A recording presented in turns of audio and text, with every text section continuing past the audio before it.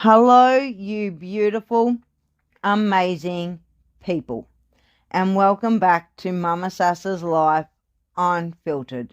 And as I always like to say, it's real, it's raw, it's unapologetic, and it's uncut. And I'm so glad that you're here. This week for me has been one of probably the biggest weeks that I've had in a very long time. It definitely put me through my paces and made me open my eyes on so many things. And I want to take you through on this podcast what this week has looked like for me. In saying that, my podcast from now on, because I'm not going to be live as often as I used to be, are going to be a reflection of the week that has been. In saying that, we are also going to reflect on some very big topics that might be going on in the world and things that are of interest to me and I want to have an opinion on. Yes, I am still going to dive into all of my past and things that I want to bring, but they'll be scattered throughout the podcast. So there is still going to be the behind the closed doors, and some of those topics might just go there rather than bringing parts to here. But without further ado, let's dive into a little bit of the last week's podcast that I just want to touch on before moving forward. I want to quickly touch on last week. I know it stirred up some opinions, and that's okay. I stand by what I said, and I'm glad it sparked conversation. That's why I do these, to get people to really sit back and have a conversation about something that maybe they know nothing about so they can learn something, or a taboo topic that we just don't ever really talk about very much at all. I'm so thankful to the people that understood what I had to say, and I'm sorry if I offended anybody who maybe didn't clearly understand what I was trying to say. But anyway, let's move forward, because this week that I've just endured, oh my Lord, it has been one hell of a week. So let's see what that week looked like for Mama Sass, and hope that you guys can take some of my life lessons on board and not make the mistakes that I've made throughout my life, which is a whole reason I do my TikTok page and my podcast and pretty much everything that I do. So today I want to take you behind the scenes into my world this week, or last week. Not just my social media world, but everything that's been happening, the choices I've made, and the lessons I've learned along the way. This week has been intense. Now that's putting it mildly. It has been one of the biggest weeks, as I said, of my life. My little one, little miss, she went on her, well, it's not her first ever, sorry, I think this is her second ever school camp, but it was the longest one that she's ever done. She went from Monday to Thursday, and it was such an amazing experience for her. I couldn't wait for her to get home and tell me all about all of the stories and things that she did. And I can tell you, she had an absolute blast. But because I spend so much time online, some people noticed she wasn't around. And with that, some people felt that they needed to go dive in to why I wasn't doing my usual school pickups and where she was. Over time, they'd figured out what school she goes to because of small bits of information that had been leaked or I had shared online. They went to the school's Facebook page, saw posts about her grade and the camp, and then they did the most unimaginable thing that literally stopped me in my tracks. They felt that they had the right to post that information on another site, effectively doxing not only her, but every single kid who went on that camp. That literally tore me apart. I have never cried so much in my life. I honestly don't even know if I even cried that much when my sister passed. Now that's a big statement, but I'm sure any parent could really feel that. The fear, and hurt I felt literally felt like my heart was being ripped out of my chest, thrown on the ground, and stomped on. I was an utter wreck. I didn't know what to do. In that moment, my hands were shaking, my mind was racing, but I knew I had to focus, make the calls, take action, and protect my child. I stayed on live for a little while, just sitting there on the gingerbread filter, letting myself process what had happened. People watching that live or snippets that had been put around of that live thought I wasn't scared at all.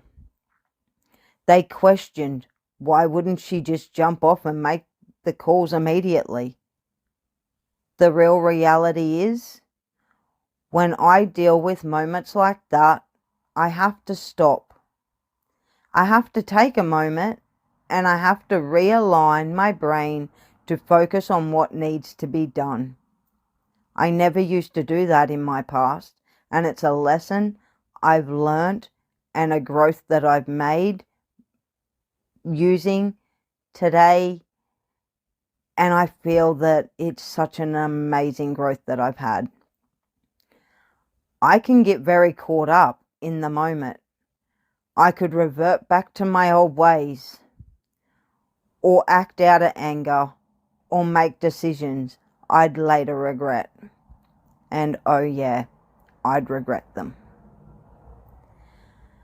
But over time, I've learnt to stop, reflect, and focus so I can take the right action in the right manner.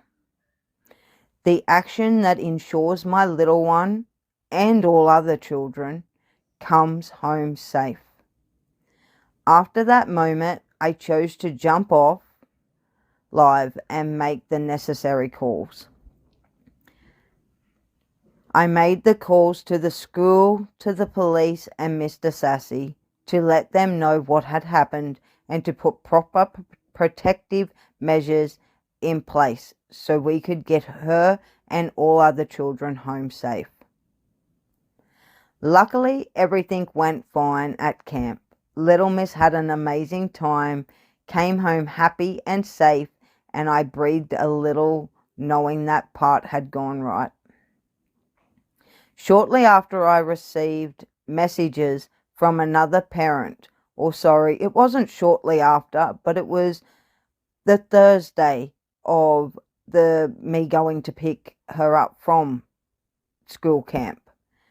They had seen me at the school drop-off and initially started off friendly in the message, but then their tone shifted. They began bullying me through private messages, saying hurtful things and trying to intimidate me. Their last message ended with, "Can't wait to see you at school pickup," and it followed by a very, very nasty message before that. So I knew that they were trying to intimidate me, and that made me genuinely worried for my child's safety, so I let the police know about it. Then, to make matters more intense, little Miss was home while Mr. Sassy was at a work function on Friday night, which I had disclosed online, much to me still not realizing what I had done wrong in the previous two things. Okay, it takes me a little moment to learn things, but we get there in the end, let's say. And people started to taunt me whilst I was on that live. They doxed my address again, made hurtful comments about my family, and said things like she deserves everything that she gets. Their aim was to intimidate me, knowing I was home alone, trying to make me feel vulnerable. In that moment, I froze again. I had to pause, take a breath, and let my mind catch up before making the necessary calls. Because if I didn't, I probably wouldn't have made the right call. Staying on live in those moments helped me feel grounded and safer. Some people took little pieces of that live and twisted them, or they sat in that live and questioned why I, just thought, why don't I care? Or was I making it all up? People questioned why I didn't just jump off and handle everything immediately. But the truth is, I needed to stop, process, and focus on the next right steps. Tiny snippets out of context can be weaponized, and I'm really starting to learn that. And that's the reality of social media. This really showed me how some people use social media to literally try and tear someone else's life apart without realizing the harm they're doing to others. Or, in that instance, maybe not even caring. They just want to really hurt. I've loved spending time with so many of you amazing people who listen to my podcast and join me during the day. That's why I used to go live for hours at a time, connecting, showing a lot of my day, feeling like we were together in some of this stuff without getting too close. After the camp situation and everything else that had happened, I started reducing my live sessions to just 1 to 3 hours a day. And then, with everything else happening, I realized I needed to take an even bigger step back. My live sessions now are occasional, maybe up to an hour, whatever I feel like. No more marathon lives. It's about quality, not quantity. Showing up online isn't just about sharing your life. It's about protecting your life. And that's a massive life lesson. Your family and your peace of mind. Choosing when, how, and for how long to engage is key. And remembering that control is yours. Snippets can be taken out of context, and people will try to twist what you share. Being offline has had an effect on my family too. They have both been encouraging me to get back online, and yesterday, with both of them home, I just didn't know how to stop. I've been walking around. Now, if you would know that my house was spotless when I finished my, through my lives the other week. And I really don't have that much left to do. So I've been walking around just literally finding anything and everything to clean. And they both said to me yesterday that, just jump back online. Little Miss has, been still playing her games. Nothing has changed on this side of the screen. Little Miss is still playing her games. Mister's still watching his movies. We did, however, all go to the shops and do a grocery shop together instead of me just doing them by myself. But yeah, they both said to me at some point yesterday, would you just go live again already? Because, let's face it, they know how much I love it. And they just want to do their own thing without me annoying them, because they're both at that, he's a grown man and she's a preteen that doesn't always want mum around. But it's moments like that that remind me self-care isn't selfish. Protecting your family and your peace isn't optional, even if it feels like the world expects you to just keep going. And stepping back has been oddly funny too. Because I wasn't online as much, I realized just how much of my day revolves around social media. Every day while cleaning obliviously, I found myself talking to the walls and the furniture and the laundry. I swear I'm not going crazy over this side, guys. I'm okay. But yep, I felt like I was almost like I was narrating my life for an invisible audience. I laughed at myself halfway through and thought, wow, I really have been online way too much. That's a small, silly lesson. Sometimes stepping back shows you how much of your identity you've tied to being online. And that's okay, and that it's okay to pause and just be me. Another big lesson, people can be cruel online. And sometimes you can't control them. But you can control yourself, your boundaries, and what you share. I've learned to stop over-explaining, stop feeling like I have to justify everything I do, and focus on what truly matters: my family, my safety, and my peace of mind. And always remember, snippets are dangerous. A tiny clip, a small sentence taken out of context, that can be all someone needs to twist your story. So pause before you share. That would have to be one of my biggest pieces of advice to anyone looking to want to go down this path. Think about who might see it. What could be interfered and how it could impact your life or your family. It's a hard lesson I've learnt the last few days, and I hope it can help someone else avoid the small pitfalls. Even with all this, there are moments of joy and growth.